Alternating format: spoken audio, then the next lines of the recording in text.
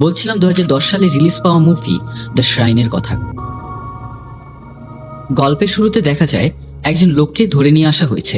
আশেপাশের সবাই তখন মন্ত্রোচ্চারণ করা শুরু করে। সেই লোকটাকে সাদা পোশাক পরিয়ে হাতে পা বেঁধে কোনো রিচুয়াল করা হয়।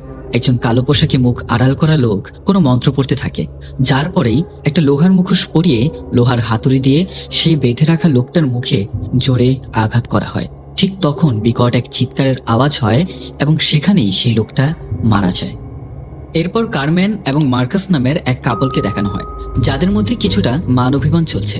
কারণ ইদানিং কারমেন নিজের কাজে এতই ব্যস্ত আর এমনভাবে ডুবে থাকে যে তাদের দুজনের পার্সোনাল লাইফে এই বিষয়টা প্রভাব পড়ছে। মার্কাস কারমেনের সাথে কোয়ালিটি টাইম স্পেন্ড করতে চাইছে আর কারমেন আপাতত ক্যারিয়ারে ফোকাস করতে চাইছে।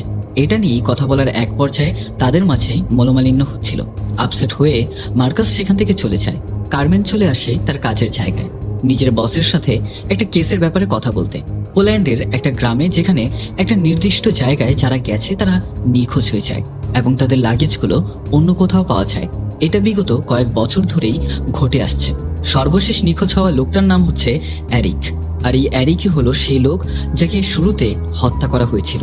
এই রিপোর্টটাতে রিসার্চ করে কারম্যান হেডলাইন বানিয়ে নিউজ করতে চায়, কিন্তু তার বস এটাতে রাজি হয় না। কারণ এই কেসের কোনো সাক্ষ্য প্রমাণ আর ইন্টারেস্টিং কোনো বিষয় নেই। তার ভাষ্যমতে প্রতি বছরই তো এয়ারপোর্ট থেকে মানুষের লাগেজ চুরি হয়ে যায় অথবা হারিয়ে যায়, তো এই বিষয়টা কোনোভাবেই মেক সেন্স করে না। কারমেনের বস তাকে অন্য কেস নিয়ে কাজ করতে বলে এবং সেখান থেকে তাকে পাঠিয়ে দেয়। কিন্তু কারমেন হাল ছাড়ার পাত্রী না। সে অফিসের একজন জুনিয়র কলিগ সারাকে নিয়ে উপস্থিত হয় অ্যারিকের বাড়িতে। অ্যারিকের মা লরা তাদেরকে স্বাগত জানায়। লরা তার ছেলের বিষয়ে অনেকবার পুলিশের কাছে গেছে, কিন্তু কোনো কাজ হয়নি। পুলিশ নানা ধরনের অজুহাত দেখিয়ে অ্যারিকের কেসটা ডিলে করছে। অ্যারিকের লাগেজ তার নিখোঁজ হওয়ার জায়গা থেকে ঠিক অনেকটা দূরে পাওয়া গেছে এবং এই বিষয়টা নিয়েই কেস আর এগোবে না, লরা এটা মনে করছে। কারমেন লরার কাছ থেকে অনুমতি নিয়ে অ্যারিকের একটা জার্নালিস্টের ডায়েরি, যেখানে তার ঘুরতে যাওয়ার জায়গা সম্পর্কে অনেক কিছু লেখা, সাথে একটা গ্রাম সম্পর্কেও লেখা ছিল, এবং সে সেই ডায়েরিটা পড়তে শুরু করে। এবং কারমেন লরার কাছে অনুমতি চায় যেন সে এই ডায়েরিটা নিজের কাছে রাখতে পারে।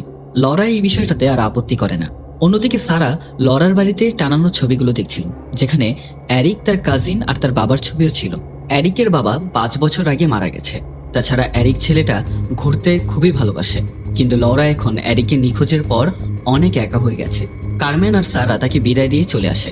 গাড়িতে বসে কারমেন সারাকে জানায় এবার তাদের গন্তব্য কোথায়। রাতে কেস স্টাডি করার সময় পাশের খোলা জানালা দিয়ে ঝড়ো বাতাস বইতে শুরু করে। কেউ যেন ফিসফিস করে কারমেনের নাম ধরে ডাকছে। কাছে গিয়ে কারমেন জানালা বন্ধ করে দিলে বুঝতে পারে ডাকটা ঘরের ভেতর থেকেই আসছে। কারমেন দেখে তার রুমের দরজায় একটা ছেলে মাথা নিচু করে দাঁড়িয়ে আছে আর ফুপিয়ে ফুপিয়ে কান্না করছে। তখন দরজাটা আপনা আপনি বন্ধ হয়ে গেল আর ছেলেটা হঠাৎই কারমেনের পেছন থেকে চেঁচিয়ে ওঠে। সে বলে, আমাকে একা ছেড়ে দাও। এবং বোঝা যায় ছেলেটা অ্যারিক। দেখে বোঝা যায় তার চোখগুলো উপরে তুলে ফেলা হয়েছে, যা দেখে ভয়ে কারমেন লাফিয়ে উঠে এবং বুঝতে পারে এটা তার স্বপ্ন ছিল। পরদিন কারমেন মার্কাসের স্টুডিওতে যায়। পেশায় মার্কাস একজন ফটোগ্রাফার। কারমেন মার্কাসকে প্রস্তাব দেয় সেই গ্রামে তার সাথে যেতে হবে। সে যদি তার সাথে যায় তাহলে কারমেন এই রিপোর্টটা নিয়ে কাজ করতে পারবে। তাছাড়া মার্কাস ফটোগ্রাফার হওয়ায় সেও কিছু ভালো ভালো ছবি তুলতে পারবে। সাথে এই ট্রিপের মাধ্যমে তাদের দুজনের ভেতরকার দূরত্ব কমে যাবে। কারমেন তাদের সম্পর্কটা আবারও ঠিক করতে চায়, কিন্তু মার্কাসের মনে হয় ট্রিপটা বিপজ্জনক হতে পারে। তাই সে কারমেনকে না করে এই রিস্কটা নিতে, কিন্তু কারমেন তার কথা শোনে না আর মার্কাসকে ভেবে জানাতে বলে চলে যায়। অন্যদিকে অফিসে বস কারমেন আর সারাকে অন্য সব ফালতু কেসের মধ্যে কাজ করতে বলে এবং কিছু কথা শুনে তাদের কোনো কথার পাত্তা না দিয়ে সে চলে যায় এবং সেই কেসের ফাইলটা ডাস্টবিনে ফেলে দেয় কারমেন। ঠিক তখনই মার্কাসের কল আসে এবং সে জানায় সে তাদের সাথেই যেতে রাজি হয়েছে। এরপর কারমেন, সারা আর মার্কাস গাড়িতে করে রওনা হয় গন্তব্যের পথে। মার্কাস গাড়ি চালাচ্ছে, কারমেন পাশের সিটে বসে অ্যারিকের ডায়েরি পড়তে থাকে। ডায়েরির মধ্যে এই গ্রাম সম্পর্কে লেখা অদ্ভুত কুয়াশাচ্ছন্ন, আর সেখানকার লোকজনও অদ্ভুত, যেন কারো সাথে কারো সম্পর্ক নেই। কিন্তু একটা পর্যায়ে দেখতে পারে ডায়েরির পাতাগুলো খালি, ডায়েরিতে বেশি কিছু লেখা নেই। এখন গ্রামে পৌঁছে সারা, কারমেন আর মার্কাস বুঝতে পারে ডায়েরির কথাটা আসলেই সত্য। এখানকার লোকজন অদ্ভুত, পুরনো ধ্যান ধারণা আর পোশাক আশাক কাজও সেই একই রকমেরই, মানে সম্পূর্ণটা পুরনো যুগের মানুষদের মতো। সারা দেখতে পায় একটা শূকরকে একজন লোক উল্টো করে বেঁধে চামড়া খুলছে। তখন সে নাক ছিটকালে মার্কাস বলে, কৃষকেরা এরকমই হয়, এভাবেই তো আমাদের পেটে খাবার আসে। তাছাড়া এখানকার লোকজন ইংরেজি জানে না। তারা তিনজন একটা বাচ্চা মেয়েকে কিছু করতে দেখে তার কাছে গিয়ে এরিকের ছবি দেখিয়ে তারা তার ব্যাপারে জিজ্ঞাসা করে। বাচ্চা মেয়েটা কিছু বলার আগেই তার বাবা অন্য ভাষায় তাদেরকে রাগান্বিত হয়ে ডাকে। বাচ্চা মেয়েটা তাদের তিনজনকে এখান থেকে চলে যেতে বলে এবং সেও পালিয়ে যায়। মেয়েটার বাবা যে এতক্ষণ যাবৎ শুকরের চামড়া তুলেছে, ছুরির রক্তগুলো মুছে যেন রাগে ফেটে পড়ছে। তারা তিনজন কিছু দূর এগোতেই দেখতে পেল লোকজন তাদের ধর্মীয় উপাসনালয় থেকে বের হচ্ছে। এখানে লোকজন অনেক ধার্মিক, সাথে তাদের ধর্মগুরুদের অনেক বেশি সম্মান দেখায়। তবে এটা খ্রিস্ট ধর্ম নয়, অন্য কোনো ধর্মের সিম্বল। এমনকি তারা তিনজন এই ধর্ম সম্পর্কে কোনো ধারণাই রাখে না। তাদের চোখে পড়ে পাশেই জঙ্গলের থেকে আগুনের ধোঁয়া বের হচ্ছে। কৌতূহলবশত তারা সেদিকে যেতে শুরু করে। কিছুটা সামনে যেতেই হেনরিক নামের একজন দল নিয়ে এসে তাদেরকে এখান থেকে চলে যেতে বলে। ক্ষিপ্ত হয়ে কারমেনকে ধাক্কা মেরে চলে যেতে বলে হেনরিক, এবং এতেই মার্কাস আরও রেগে যায়। পরিস্থিতি খারাপ হতে পারে ভেবে মার্কাস কথা না বাড়িয়ে সেখান থেকে চলে যায়। এখন গাড়িতে কিছুটা দূর যেতেই কারমেন জানায় তাদের দেখতে হবে সেখানে কি আছে। মনে হচ্ছে যেন গ্রামের লোকজন কিছু লুকাতে চাইছে। সাথে এরিকের কেসটাও আরো ভালোভাবে জানতে হবে, না হলে খালি হাতে ফিরলে কারমেনের চাকরি আর ভবিষ্যৎ সব শেষ। তবে মার্কাস সেখানে যেতে চায় না। তার কথা হচ্ছে বেশি ঘাটাঘাটি করতে গেলে ক্ষিপ্ত হয়ে গ্রামবাসী তাদেরকে ক্ষতি করতে পারে। একটা পর্যায়ে রাগারাগি করেও শেষ পর্যন্ত কারমেন মার্কাসকে রাজি করিয়ে নেয় সেখানে যেতে, আর তারা উল্টো পথে সেই জঙ্গলের ভেতরে যায়। জঙ্গলে যেতে যেতে মার্কাস বলে, তুমি সারাকে কেন নিয়ে এসেছো? ও তো এখনো ছোট, ওকে তোমার এখানে আনা একদমই উচিত হয়নি। কিছু দূর যেতেই তারা দেখতে পায় জঙ্গলের একটা নির্দিষ্ট জায়গায় কুয়াশা দিয়ে সম্পূর্ণ ঢাকা। যেমনটা মনে হচ্ছে এই কুয়াশা অপর পাশকে কোনো কিছু থেকে আড়াল করছে। এমনকি কুয়াশার ভেতরে কোনো গাছের পাতাও নড়ে না, যেন সেখানে সব থেমে একদম স্থির হয়ে আছে। কিছু পিকচার ক্লিক করে মার্কাস চলে যেতে চায়। কারমেনের সাথে এটা নিয়ে আবারও তার মাঝে রাগারাগি হয়।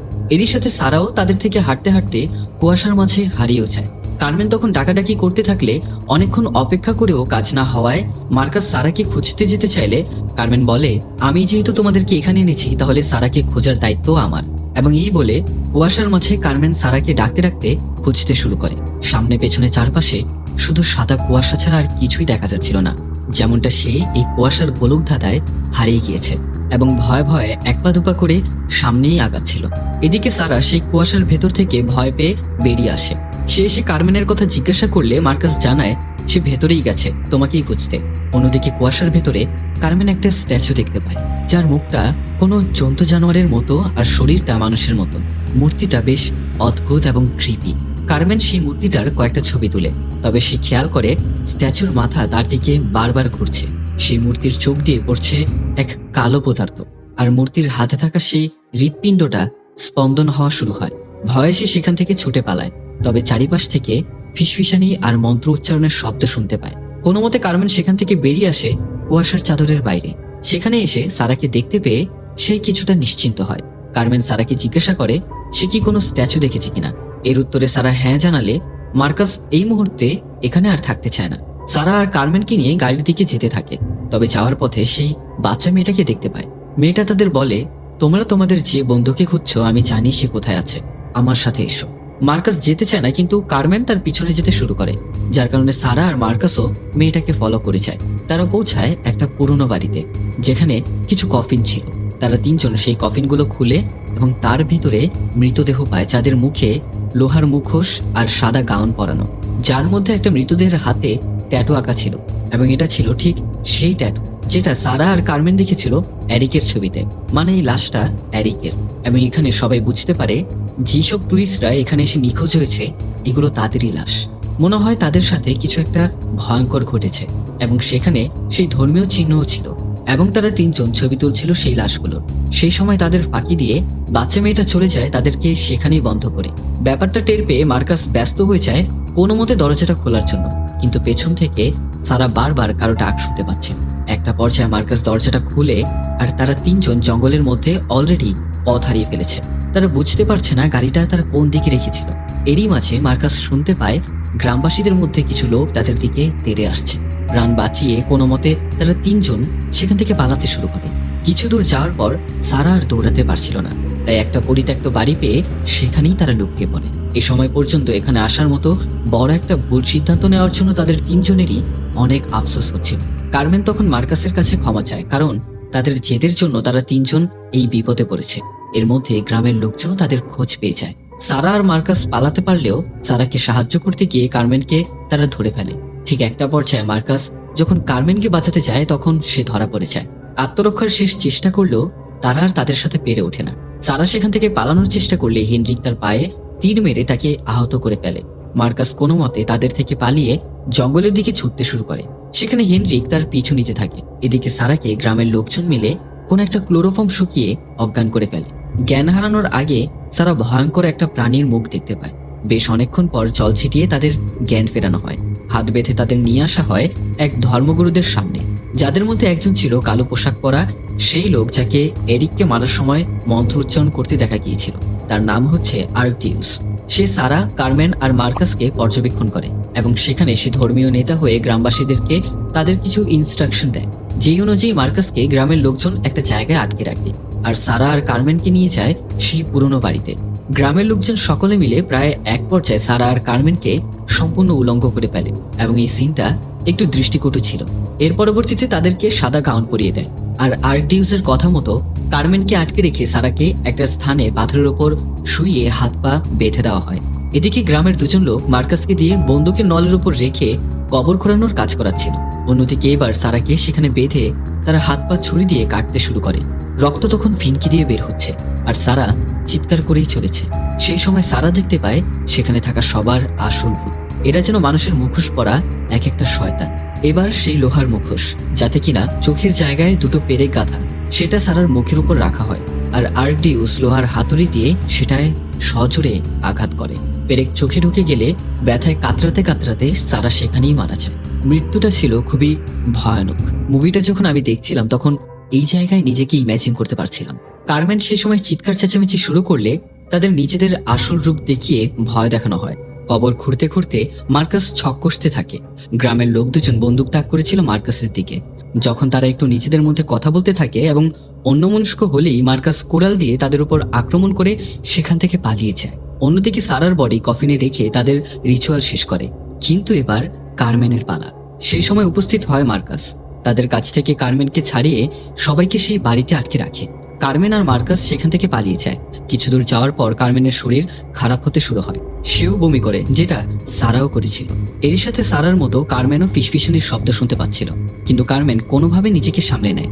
একটু সামনে এগোতেই একটা বাড়ি দেখতে পায়, যেখানে কিনা আলো জ্বলছে। এরই সাথে বাইরে একটা ট্যাক্সি দেখা যাচ্ছে। মার্কাস আর কার্মেনের এখন গাড়ির প্রয়োজন, তাই গাড়ির চাবির জন্য তারা দুজন লুকিয়ে সে বাড়ির ভিতরে প্রবেশ করে। বাড়িতে একটা কাপল আর তাদের বাচ্চা ছেলে বসবাস করে। মার্কাসের হাতে বন্দুক দেখে মহিলাটা ভয় পেয়ে যায় এবং চেঁচামেচি শুরু করে। সেই শব্দে তার স্বামীও সেখানে চলে আসে। মার্কাস প্রাণপণে শুধু তাদের কাছে তাদের গাড়ির চাবি চেতে থাকে, কিন্তু কার্মেনকে দেখে মহিলাটা প্যানিক করা শুরু করে। তবে তাদের কোনো কথা মার্কাস বুঝতে পারছিল না। মার্কাস সেই কাপলকে চেয়ারের সাথে বেঁধে রাখে। সেই সময় কার্মেনের কিছু ভিশন আসতে শুরু করে। রুমের সব জিনিসপত্র কার্মেন কাঁপতে দেখে এবং সে দেখতে পায় রুমে থাকা সকলে শয়তানে পরিণত হয়ে তাকে হন্ট করা শুরু করেছে। তাই এবার কার্মেন নিজেকে একটা রুমে বন্ধ করে নেয়। মার্কাস ব্যাপারটা বুঝতে না পেরে তখনও গাড়ির চাবি চাইতে থাকে। সেই কাপলদের কথা মার্কাস তখনও বুঝতে পারছিল না। বাচ্চা ছেলেটা ইংরেজিতে বলে তার বাবা মা বলছে তাদের এখান থেকে এখনই চলে যেতে হবে এবং সে বলে গাড়ির চাবি রান্নাঘরে আছে। মার্কাস বাচ্চা ছেলেটার সাথে সেখানে গিয়ে চাবি নিয়ে বাচ্চা ছেলেটাকে হাত বেঁধে রাখে। বাচ্চা ছেলেটা বলে, এরকমটা করো না, আমাদের এখান থেকে এক্ষুনি পালাতে হবে, এই মেয়েটা শয়তান। এদিকে রুমের মধ্যে কোনো অবয়ব কার্মেনকে হন্ট করছে। সেই ফিসফিসানির শব্দর সাথে জিনিসপত্রও কাঁপছে। আয়না থেকে কার্মেনের এক ভয়ঙ্কর প্রতিবিম্ব এসে তার উপর ভর করতে শুরু করে আর পরিবর্তন হয়ে যায় কার্মেনের আচরণ। একটা বিকট চিৎকারে ফেটে পড়ে পুরো বাড়ি। এদিকে মার্কাস কার্মেনের কণ্ঠ শুনে সেই রুমে চলে যায়, তবে সেখানে কার্মেন ছিল না। আর পাশের রুমগুলো থেকে একে একে সেই কাপল আর তাদের ছেলের চিৎকার ভেসে আসে, যেন কোনো জানোয়ার তাদের উপর আক্রমণ করে নৃশংসভাবে মারছে। কিছু সময়ের জন্য সেই রুমের দরজা বন্ধ হয়ে গেলে মার্কাস রুম থেকে বের হতে পারে না। একটু পর দরজা খুললে মার্কাস বন্দুক তাক করে বাইরে আসে এবং সেখানে মাটিতে পড়ে থাকতে দেখে সেই কাপল আর তাদের ছেলের ক্ষতবিক্ষত লাশ, যেন কোনো জানোয়ার তাদের খুবলে খেয়ে নিয়েছে। ঠিক ততক্ষণে তার উপর ঝাঁপিয়ে পড়ে কার্মেন আর ভয়ঙ্কর বিভৎস রূপে মার্কাসের বুকের উপর চড়ে বসে এবং সে মার্কাসকে খেয়ে নিতে চায়। সে যেন পুরোপুরি একটা শয়তানে পরিণত হয়েছে। আর তখনই সেখানে উপস্থিত হয় সেই ধর্মগুরুরা, যাদের হাতের চিহ্ন দেখে কার্মেন ভয় পেয়ে যায় আর তৎক্ষণাৎ মার্কাসের থেকে দূরে সরে যায় এবং আহত অবস্থায় মার্কাস এক কোণে পড়ে থাকে। সেখানে প্রিস্ট হোলি ওয়াটার আর হোলি ক্রস দিয়ে শয়তানকে নিয়ন্ত্রণ করার চেষ্টা করে, কিন্তু কার্মেন একে একে সবাইকে মেরে ফেলে। সেখানে শেষ পর্যন্ত হেনরিক শয়তানে পরিণত হওয়া কার্মেনকে নিয়ন্ত্রণ করতে সক্ষম হয় এবং সেখানে মার্কাস বুঝতে পারে বহিরাগত যারা নিয়ম না মেনে শয়তানের বশে চলে আসে তাদেরকে পুরো শয়তানে পরিণত হওয়ার আগেই গ্রামবাসী মেরে ফেলে। এটা শুরু থেকেই কোনো বলি দেওয়ার রিচুয়াল ছিল না, বরং সকলের ভালোর জন্যই শুরু থেকেই তারা সবাইকে সাবধান করে আসছিল। মানে এখন কোনো উপায় নেই, সারার মতো এখন কার্মেনকেও মরতে হবে এবং সেটাই সবার জন্য কল্যাণকর। এটা বোঝা মাত্রই মার্কাস বাকিদের সাথে হেনরিককে কার্মেনের মুখে লোহার মুখোশ পরিয়ে তাকে মারতে সাহায্য করে।